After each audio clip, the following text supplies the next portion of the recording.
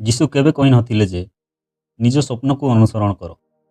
ସେ କହିଥିଲେ ପ୍ରତିଦିନ ନିଜ କ୍ରୁଶ ଉଠାଇ ମୋତେ ଅନୁସରଣ କର। କିନ୍ତୁ ଏହାର ପ୍ରକୃତ ଅର୍ଥ କ'ଣ? ଅନେକ ଲୋକ ନିଜ କ୍ରୁଶ ବହିବା ବୋଲି ଶୁଣିଲେ ଭାବନ୍ତି ଯେ ଏହା କେବଳ ଜୀବନର କଷ୍ଟ ସହିବାକୁ ବୁଝାଏ, ଯେପରିକି ଚାକିରିର ସମସ୍ୟା, ଟଙ୍କାର ଅଭାବ କିମ୍ବା ଅନ୍ୟ କୌଣସି ବ୍ୟକ୍ତିଗତ ଅସୁବିଧା। କେହି ଏପରି ମଧ୍ୟ କହନ୍ତି, ଏହା ମୋର କ୍ରୁଶ, ମୋତେ ଏହା ବହିବାକୁ ପଡ଼ିବ। କିନ୍ତୁ ଯୀଶୁ କି ସତରେ ଏହି କଥା ହିଁ ବୁଝାଇଥିଲେ? ଆସନ୍ତୁ ଦେଖିବା ପ୍ରିୟମାନେ ଯେ ସତ୍ୟ କଥା କ'ଣ। ଯେତେବେଳେ ଯୀଶୁ ତାଙ୍କ ଅନୁଗାମୀମାନଙ୍କୁ ପ୍ରତିଦିନ ନିଜ କ୍ରୁଶ ଉଠାଇବାକୁ କହିଥିଲେ, ସେ କେବଳ ଜୀବନର ଛୋଟ ଛୋଟ କଷ୍ଟ କିମ୍ବା ଅସୁବିଧା ବିଷୟରେ କହିନଥିଲେ। ସେ ତାଙ୍କୁ ଏକ ଅଧିକ ଗଭୀର ଏବଂ କଠିନ କିନ୍ତୁ ଶେଷରେ ଅଧିକ ମୂଲ୍ୟବାନ ଜୀବନ ପାଇଁ ଡାକୁଥିଲେ। ଆଜି ଆମେ ଜାଣିବାକୁ ଚେଷ୍ଟା କରିବା ପ୍ରିୟମାନେ ଯେ ନିଜ କ୍ରୁଶ ବହିବାର ପ୍ରକୃତ ଅର୍ଥ କ'ଣ। ପ୍ରତିଦିନ ନିଜ କ୍ରୁଶ ବହିବା ବିଷୟକୁ ଏତେ ଜଣ ଖ୍ରୀଷ୍ଟିଆନ କାହିଁକି ଭୁଲ ବୁଝନ୍ତି ଏବଂ ଏହି ଶିକ୍ଷା କିପରି ଖ୍ରୀଷ୍ଟଙ୍କ ସହିତ ତୁମର ଜୀବନ ଯାତ୍ରାକୁ ସମ୍ପୂର୍ଣ୍ଣ ଭାବେ ବଦଳାଇ ଦେଇପାରେ। ଶେଷ ପର୍ଯ୍ୟନ୍ତ ଦେଖନ୍ତୁ ପ୍ରିୟମାନେ, କାରଣ ଆମେ ଦେଖିବା ଯେ କ୍ରୁଶ ବହିବାର ଅର୍ଥ ନିଜ ଜୀବନକୁ ହରାଇବା ନୁହେଁ, ବରଂ ପରମେଶ୍ୱର ତୁମ ପାଇଁ ଯେଉଁ ଜୀବନ ଉଦ୍ଦେଶ୍ୟ ରଖିଛନ୍ତି ସେହି ଜୀବନକୁ ଖୋଜି ପାଇବା। ଲୁକ 23 ପଦରେ ଲେଖାଯାଇଛି, ଯେ କେହି ମୋର ଶିଷ୍ୟ ହେବାକୁ ଚାହେଁ ସେ ନିଜକୁ ଅସ୍ୱୀକାର କରୁ, ପ୍ରତିଦିନ ନିଜ କ୍ରୁଶ ଉଠାଉ ଏବଂ ମୋତେ ଅନୁସରଣ କରୁ। ଏହି କଥାର ଗଭୀରତାକୁ ବୁଝିବା ପାଇଁ ଆମେ ନିଜକୁ ଯୀଶୁଙ୍କ ପ୍ରଥମ ଶ୍ରୋତାମାନଙ୍କ ସ୍ଥାନରେ ଭାବିବାକୁ ପଡ଼ିବ। ଅନେକ ଲୋକ ଆଜି କ୍ରୁଶକୁ ଗହଣା ଭାବେ ପିନ୍ଧନ୍ତି କିମ୍ବା ନିଶ୍ୱାସର ଚିହ୍ନ ଭାବେ ଦେଖନ୍ତି, କିନ୍ତୁ ଯୀଶୁଙ୍କ ସମୟରେ କ୍ରୁଶ ଏକ ସୁନ୍ଦର ପ୍ରତୀକ ନଥିଲା। ସେତେବେଳେ କ୍ରୁଶ ଥିଲା ମୃତ୍ୟୁ, ଲଜ୍ଜା, ଯନ୍ତ୍ରଣା ଏବଂ ସମ୍ପୂର୍ଣ୍ଣ ସମର୍ପଣର ପ୍ରତୀକ। ତେଣୁ ଯେତେବେଳେ ଯୀଶୁ କହିଲେ ନିଜ କ୍ରୁଶ ଉଠାଅ, ସେ ତାଙ୍କ ଅନୁଗାମୀମାନଙ୍କୁ ନିଜ ଇଚ୍ଛାକୁ ଛାଡ଼ି ପରମେଶ୍ୱରଙ୍କ ଇଚ୍ଛା ଅନୁସାରେ ବଞ୍ଚିବାକୁ ଡାକୁଥିଲେ। ଏହି ସମୟରେ କ୍ରୁଶ କୌଣସି ଧାର୍ମିକ ପ୍ରତୀକ ନଥିଲା, ଏହା ଥିଲା ମୃତ୍ୟୁଦଣ୍ଡ ଦେବାର ଏକ ଉପକରଣ। ଯେତେବେଳେ ଲୋକମାନେ ତାହାକୁ କ୍ରୁଶ ବହି ଯାଉଥିବା ଦେଖୁଥିଲେ, ସେମାନେ ଭଲ ଭାବରେ ଜାଣିଥିଲେ ଯେ ସେହି ବ୍ୟକ୍ତି ମୃତ୍ୟୁ ଦିଗକୁ ଯାଉଛି। ତାଙ୍କ ପାଇଁ ଫେରିବା ରାସ୍ତା ନଥିଲା, କୌଣସି ଆଲୋଚନା କିମ୍ବା କମ୍ପ୍ରମାଇଜ୍ର ସୁଯୋଗ ନଥିଲା ଏବଂ ଅନ୍ୟ କୌଣସି ଯୋଜନା ମଧ୍ୟ ନଥିଲା। ସେଥିପାଇଁ ଯେତେବେଳେ ଯୀଶୁ କହିଲେ ନିଜ କ୍ରୁଶ ଉଠାଅ, ତାଙ୍କ ଶ୍ରୋତାମାନେ ବୁଝିଥିଲେ ଯେ ସେ ସେମାନଙ୍କୁ ସମ୍ପୂର୍ଣ୍ଣ ସମର୍ପଣର ଜୀବନ ପାଇଁ ଡାକୁଛନ୍ତି। ଏହା କୌଣସି ପରାମର୍ଶ ନଥିଲା, ଏହା କୌଣସି ପ୍ରେରଣାଦାୟକ ବାକ୍ୟ ମଧ୍ୟ ନଥିଲା। ଏହା ଥିଲା ଏକ ଆହ୍ୱାନ, ନିଜ ସ୍ୱାର୍ଥପର ଇଚ୍ଛା ପାଇଁ ମରିଯିବା ଏବଂ ପରମେଶ୍ୱରଙ୍କ ପାଇଁ ବଞ୍ଚିବା। ଯୀଶୁ ପରେ ମାତିୟ 16:24ରେ ଏହି କଥାକୁ ପୁଣି ଜୋର ଦେଇ କହିଥିଲେ, ଯେ କେହି ମୋର ଶିଷ୍ୟ ହେବାକୁ ଚାହେଁ ସେ ନିଜକୁ ଅସ୍ୱୀକାର କରୁ, ନିଜ କ୍ରୁଶ ଉଠାଉ ଏବଂ ମୋତେ ଅନୁସରଣ କରୁ। ପ୍ରିୟମାନେ, ଏଠାରେ ଆମେ ଧ୍ୟାନ ଦେବା ଯେ ପ୍ରଭୁ ଯୀଶୁ କ'ଣ କହୁଛନ୍ତି ଏହି ବାକ୍ୟ ମାଧ୍ୟମରେ। ନିଜକୁ ଅସ୍ୱୀକାର କର, ଏହାର ଅର୍ଥ ନିଜ ସ୍ୱାର୍ଥପର ଇଚ୍ଛାକୁ ଛାଡ଼। ନିଜ କ୍ରୁଶ ଉଠାଅ, ଏହାର ଅର୍ଥ ପରମେଶ୍ୱରଙ୍କ ଇଚ୍ଛାକୁ ଗ୍ରହଣ କର। ଯୀଶୁଙ୍କୁ ଅନୁସରଣ କର, ତାଙ୍କ ପଥରେ ଚାଲ। ଯୀଶୁ କହିଥିଲେ ଯେ ତାଙ୍କର ସତ୍ୟ ଶିଷ୍ୟ ହେବାର ଅର୍ଥ ହେଉଛି ନିଜ ଜୀବନର କେନ୍ଦ୍ରରୁ ମୁହଁ ହଟାଇ ଖ୍ରୀଷ୍ଟଙ୍କୁ କେନ୍ଦ୍ରରେ ରଖିବା। ଏହା ହିଁ ପ୍ରତିଦିନ ନିଜ କ୍ରୁଶ ବହିବାର ମୂଳ ଅର୍ଥ। ଅନେକ ଲୋକ ନିଜକୁ ଅସ୍ୱୀକାର ନକରି ଯୀଶୁଙ୍କୁ ଅନୁସରଣ କରିବାକୁ ଚାହାନ୍ତି, ଆଉ କେହି ସମ୍ପୂର୍ଣ୍ଣ ସମର୍ପଣ ବିନା ପରିତ୍ରାଣ ପାଇବାକୁ ଚାହାନ୍ତି।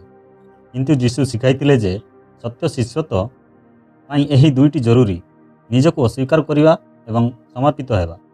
ନିଜ କ୍ରୁଶ ବହିବା ସେତେବେଳେ ଆରମ୍ଭ ହୁଏ ଯେତେବେଳେ ତୁମର ନିଜ ଇଚ୍ଛା ଆଉ ତୁମ ଜୀବନର ସର୍ବୋଚ୍ଚ ଅଧିକାର ରହେ ନାହିଁ, ବରଂ ପରମେଶ୍ୱରଙ୍କ ଇଚ୍ଛା ପ୍ରଥମ ସ୍ଥାନ ନିଏ। ନିଜ କ୍ରୁଶ ବହିବାର ଅର୍ଥ କ'ଣ? ଆସନ୍ତୁ ପ୍ରିୟମାନେ ଏକ ବଡ଼ ଭୁଲ ଧାରଣାକୁ ସ୍ପଷ୍ଟ କରିବା। ନିଜ କ୍ରୁଶ ବହିବାର ଅର୍ଥ କେବଳ ଜୀବନର କଷ୍ଟ ସହିବା ନୁହେଁ।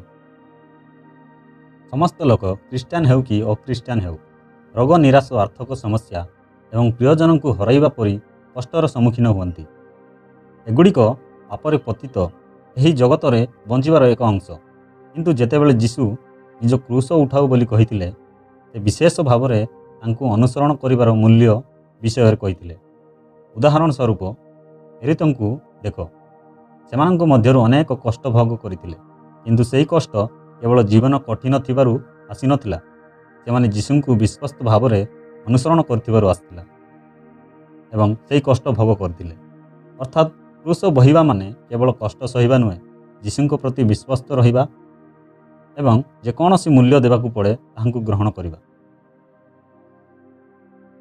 ପ୍ରେରିତମାନେ କଷ୍ଟ ଭୋଗ କରିଥିଲେ କାରଣ ସେମାନେ ଖ୍ରୀଷ୍ଟଙ୍କ ଆଜ୍ଞା ପାଳନ କରିବାକୁ ବାଛିଥିଲେ।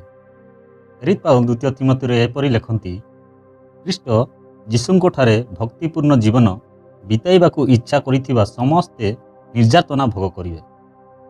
ଏଠାରେ ବାକ୍ୟଟିକି ଧ୍ୟାନ ଦିଅନ୍ତୁ। ସେହି କଷ୍ଟ କିମ୍ବା ନିର୍ଯାତନା ଯୀଶୁଙ୍କ ପ୍ରତି ବିଶ୍ୱସ୍ତ ରହିବାରୁ ଆସିଥିଲା। ଏକ ସରଳ ଉଦାହରଣ ନିଅନ୍ତୁ ପ୍ରିୟମାନେ। ଧର ଜଣେ ସୈନିକ ନିଜ ଇଚ୍ଛାରେ ଯୁଦ୍ଧ କ୍ଷେତ୍ରକୁ ଯାଉଛି, କାରଣ ସେ ତାହାର ଉଦ୍ଦେଶ୍ୟରେ ବିଶ୍ୱାସ କରେ। ସେଠାରେ ଥିବା ବିପଦ ତାହାର ସେହି ପ୍ରତିବଦ୍ଧତା ସହ ସିଧାସଳଖ ଭାବେ ଜଡ଼ିତ। ସେହିପରି ନିଜ କ୍ରୁଶ ବହିବାର ଅର୍ଥ ହେଉଛି ଖ୍ରୀଷ୍ଟଙ୍କ ଆଜ୍ଞା ପାଳନ କରିବାକୁ ବାଛିବା, ଯଦିଓ ତାହା ପାଇଁ କିଛି ମୂଲ୍ୟ ଦେବାକୁ ପଡ଼େ ତାହା ବି କରିବା। ଏହାର ଅର୍ଥ ହୋଇପାରେ ଯିଏ ତୁମକୁ କଷ୍ଟ ଦେଇଛି ତାକୁ କ୍ଷମା କରିବା, ପାପପୂର୍ଣ୍ଣ କାର୍ଯ୍ୟରେ ଯୋଗ ନ ଦେବା, ଲୋକପ୍ରିୟ ନହେଲେ ମଧ୍ୟ ବାଇବଲର ସତ୍ୟ ପକ୍ଷରେ ଠିଆ ହେବା, ଅସତ୍ୟ କିମ୍ବା ଅସାଧୁ ଉପାୟରେ ଲାଭ ମିଳୁଥିଲେ ମଧ୍ୟ ସତତାକୁ ବାଛିବା, ନିଜ ଇଚ୍ଛା ପରିବର୍ତ୍ତେ ପରମେଶ୍ୱରଙ୍କ ଇଚ୍ଛାକୁ ଅନୁସରଣ କରିବା। କ୍ରୁଶ ବହିବା ମାନେ ଯୀଶୁଙ୍କ ପ୍ରତି ବିଶ୍ୱସ୍ତ ରହିବା ପାଇଁ ଆବଶ୍ୟକ ତ୍ୟାଗ ଓ ସମର୍ପଣକୁ ଗ୍ରହଣ କରିବା। ନିଜ କ୍ରୁଶ ବହିବା ମାନେ ନିଜ ଇଚ୍ଛାଠାରୁ ଖ୍ରୀଷ୍ଟଙ୍କୁ ଅଧିକ ଗୁରୁତ୍ୱ ଦେବା। ଏହାର ଅର୍ଥ ପ୍ରତିଦିନ, ଥରେ ନୁହେଁ, ପ୍ରତ୍ୟେକ ଦିନ। ଲୁକ 9:23ରେ ଯୀଶୁଙ୍କ କଥାର ଏକ ଶବ୍ଦକୁ ଅନେକ ଧ୍ୟାନ ଦିଅନ୍ତି ନାହିଁ। ସେ କହିଥିଲେ, ପ୍ରତିଦିନ ନିଜ କ୍ରୁଶ ଉଠାଅ। ପ୍ରତିଦିନ, ବର୍ଷକୁ ଥରେ ନୁହେଁ, କେବଳ ରବିବାର ନୁହେଁ, କେବଳ କଠିନ ସମୟରେ ମଧ୍ୟ ନୁହେଁ, ପ୍ରତ୍ୟେକ ଦିନ। କାହିଁକି ପ୍ରିୟମାନେ? କାରଣ ଆମର ସ୍ୱାର୍ଥପର ସ୍ୱଭାବ ପୁଣି ଥରେ ଆମ ଜୀବନର ସିଂହାସନରେ ବସିବାକୁ ଚେଷ୍ଟା କରେ। ପ୍ରତ୍ୟେକ ସକାଳେ ଆମ ସାମ୍ନାରେ କିଛି ପସନ୍ଦ ଥାଏ। ମୁଁ ମୋର ଭାବନାକୁ ଅନୁସରଣ କରିବି ନା ପରମେଶ୍ୱରଙ୍କ ସତ୍ୟକୁ ବାଛିବି? ମୁଁ ମୋର ଯୋଜନା ପଛରେ ଯିବି ନା ପରମେଶ୍ୱରଙ୍କ ଉଦ୍ଦେଶ୍ୟ ପଛରେ ଯିବି? ମୁଁ ଆରାମକୁ ବାଛିବି ନା ଆଜ୍ଞା ପାଳନକୁ ବାଛିବି? ପ୍ରେରିତ ପାଉଲ ମଧ୍ୟ ଏହି ସଂଘର୍ଷକୁ ବୁଝିଥିଲେ। ସେ 1 କରନ୍ଥୀୟ 15:31ରେ କହିଥିଲେ, ମୁଁ ପ୍ରତିଦିନ ମରେ। ପାଉଲ ଏଠାରେ ଶାରୀରିକ ମୃତ୍ୟୁ ବିଷୟରେ କହୁନଥିଲେ। ସେ କହିଥିଲେ ଯେ ସେ ପ୍ରତିଦିନ ନିଜ ଇଚ୍ଛାକୁ ତ୍ୟାଗ କରି ଖ୍ରୀଷ୍ଟଙ୍କୁ ସମର୍ପିତ ଦେଉଥିଲେ। ଏହାକୁ ଗୋଟିଏ ବଗିଚା ସହ ତୁଳନା କରାଯାଏ। ଯଦି ତୁମେ ଗୋଟିଏ ବଗିଚାର ଯତ୍ନ କିଛି ସପ୍ତାହ ପାଇଁ ନିଅ, ତେବେ ତୃଣ ଓ ଅନାବଶ୍ୟକ ଗଛଗୁଡ଼ିକ ବଢ଼ିଯିବ।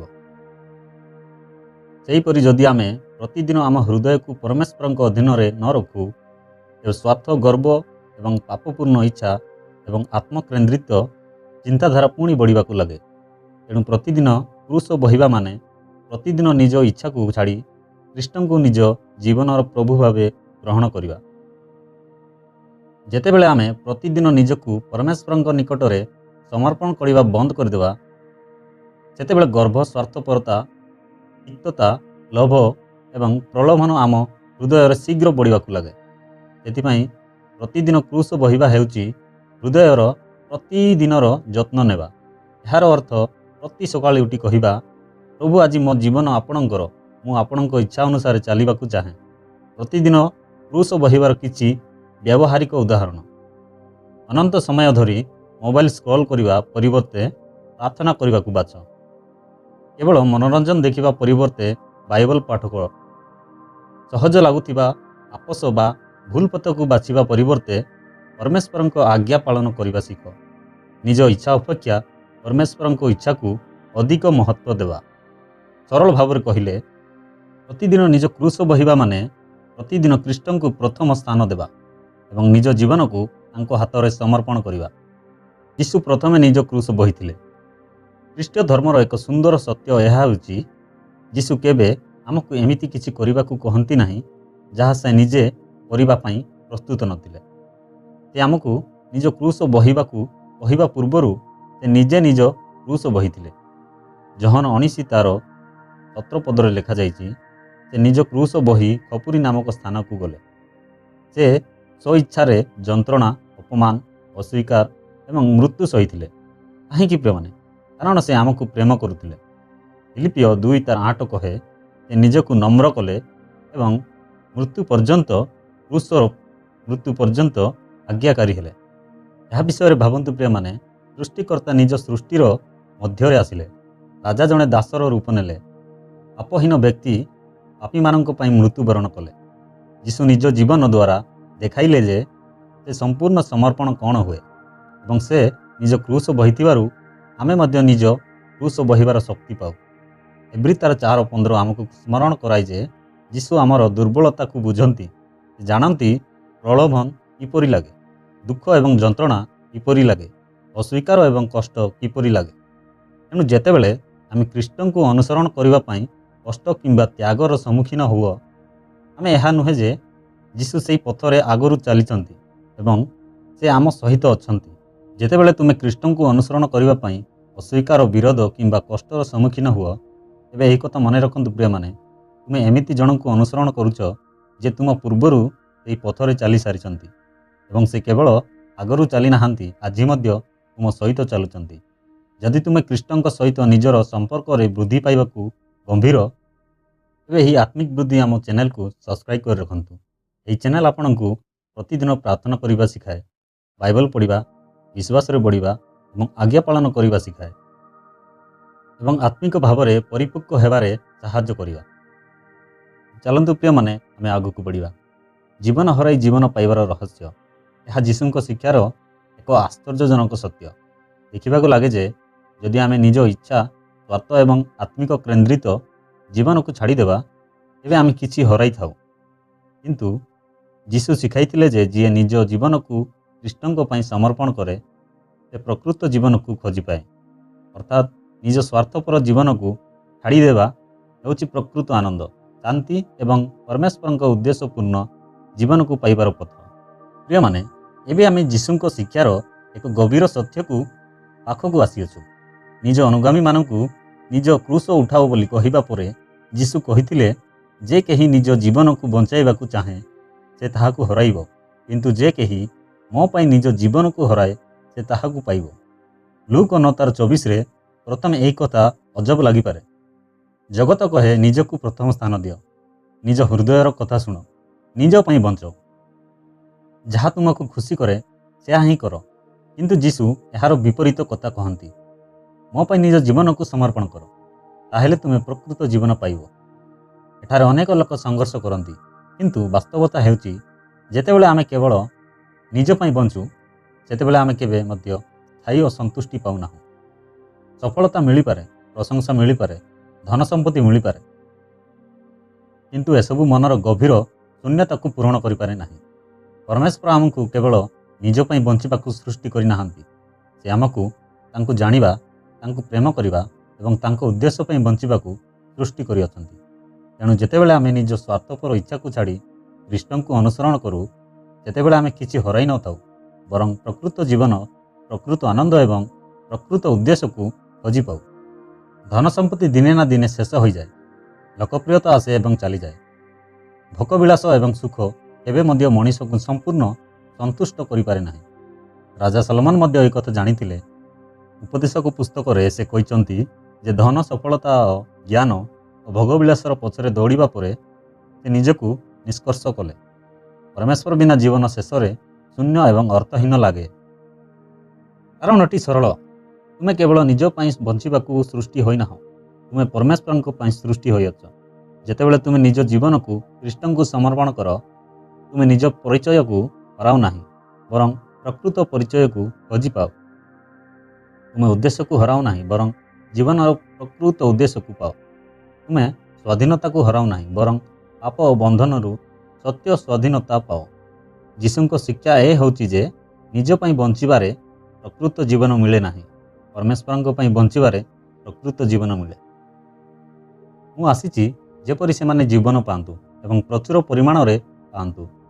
ଯୋହନ 10:10 ପର୍ବରେ ଲେଖାଯାଇଛି, ଏବଂ ଯୀଶୁ ଶିଖାଇଥିଲେ ଯେ କ୍ରୁଶ ପଥ ଜୀବନକୁ ନେଇଯାଏ ଏବଂ ନିଜ ସ୍ୱାର୍ଥ ପାଇଁ ମରିବା ଆତ୍ମିକ ବୃଦ୍ଧିକୁ ବଢ଼ାଏ। ସମର୍ପଣ ଆନନ୍ଦକୁ ନେଇଯାଏ, ଆଜ୍ଞା ପାଳନ ଶାନ୍ତିକୁ ଆଣିଥାଏ। ଆଜି ଯାହା ତ୍ୟାଗ କିମ୍ବା କ୍ଷତି ପରି ଲାଗୁଛି, ସେଇଟା ଆସନ୍ତାକାଲି ଆଶୀର୍ବାଦରେ ପରିଣତ ହୋଇପାରେ। ତେବେ ପ୍ରତିଦିନ ନିଜ କ୍ରୁଶ ବହିବାର ଅର୍ଥ କ'ଣ? ନିଜ ସ୍ୱାର୍ଥପର ଇଚ୍ଛାକୁ ଅସ୍ୱୀକାର କରିବା, ନିଜ ଇଚ୍ଛାକୁ ପରମେଶ୍ୱରଙ୍କ ଇଚ୍ଛାର ଅଧୀନରେ ରଖିବା, ଆରାମ ଓ ସହଜ ରାସ୍ତା ପରିବର୍ତ୍ତେ ଆଜ୍ଞା ପାଳନକୁ ବାଛିବା। କଷ୍ଟ କିମ୍ବା ତ୍ୟାଗ ଆସିଲେ ମଧ୍ୟ ଯୀଶୁଙ୍କୁ ଅନୁସରଣ କରିବା ଏବଂ ଏହାକୁ କେବଳ ଥରେ ନୁହେଁ ପ୍ରତ୍ୟେକ ଦିନ କରିବା। କ୍ରୁଶ କେବଳ ଗୋଟିଏ ପ୍ରତୀକ ନୁହେଁ, ଏହା ସମର୍ପଣର ଏକ ଜୀବନଶୈଳୀ। କିନ୍ତୁ ଏହି କଥା ମନେ ରଖନ୍ତୁ ପ୍ରିୟମାନେ, ଯୀଶୁ ପ୍ରଥମେ ନିଜ କ୍ରୁଶ ବହିଥିଲେ। ସେ ମୃତ୍ୟୁବରଣ କଲେ, ପୁନରୁତ୍ଥିତ ହେଲେ ଏବଂ ଆଜି ମଧ୍ୟ ଜୀବିତ ଅଛନ୍ତି। ସେଥିପାଇଁ ଯେମାନେ ତାଙ୍କୁ ଅନୁସରଣ କରନ୍ତି ସେମାନେ କେବଳ ତ୍ୟାଗର ଜୀବନ ପାଆନ୍ତି ନାହିଁ, ସେମାନେ ନୂତନ ଆଶା, ନୂତନ ଉଦ୍ଦେଶ୍ୟ ଏବଂ ଅନନ୍ତ ଜୀବନର ପ୍ରତିଜ୍ଞା ମଧ୍ୟ ପାଆନ୍ତି। ପ୍ରତିଦିନ ନିଜ କ୍ରୁଶ ବହିବା ମାନେ ନିଜ ଇଚ୍ଛାଠାରୁ ଯୀଶୁଙ୍କୁ ଅଧିକ ମହତ୍ତ୍ୱ ଦେବା। ପ୍ରତିଦିନ ତାଙ୍କ ଇଚ୍ଛାକୁ ବାଛିବା ଏବଂ ବିଶ୍ୱାସରେ ତାଙ୍କୁ ଅନୁସରଣ କରିବା। ଯଦି ଏହି ସନ୍ଦେଶ ଆପଣମାନଙ୍କୁ ଉତ୍ସାହିତ କରିଛି ପ୍ରିୟମାନେ, ତେବେ ଏହି ଭିଡ଼ିଓକୁ ଲାଇକ୍ କରନ୍ତୁ ଏବଂ ଚ୍ୟାନେଲକୁ ସବସ୍କ୍ରାଇବ୍ କରନ୍ତୁ। ଏହି ସତ୍ୟକୁ ଅନ୍ୟମାନଙ୍କ ସହିତ ମଧ୍ୟ ସେୟାର କରନ୍ତୁ। ଆପଣମାନେ ମୋ ସହିତ ଏହା କହିପାରିବେ, ହେ ପ୍ରଭୁ, ପ୍ରତିଦିନ ମୋର କ୍ରୁଶ ବହିବାରେ ମୋତେ ସାହାଯ୍ୟ କର। ଭିଡ଼ିଓ ଦେଖିଥିବାରୁ ଆପଣମାନଙ୍କୁ ସମସ୍ତଙ୍କୁ ଧନ୍ୟବାଦ। ଶେଷରେ ଗୋଟିଏ ପ୍ରସଙ୍ଗ କହିବାକୁ ଚାହେଁ। ଯୀଶୁଙ୍କୁ ଅନୁସରଣ କରିବା ପାଇଁ ତୁମକୁ କିଛି ତ୍ୟାଗ କରିବାକୁ ପଡ଼ିପାରେ, କିନ୍ତୁ ତୁମେ ଯାହା ତ୍ୟାଗ କରିବ ଯୀଶୁ ତାହାଠାରୁ ଅନନ୍ତ ଗୁଣ ଅଧିକ ମୂଲ୍ୟବାନ।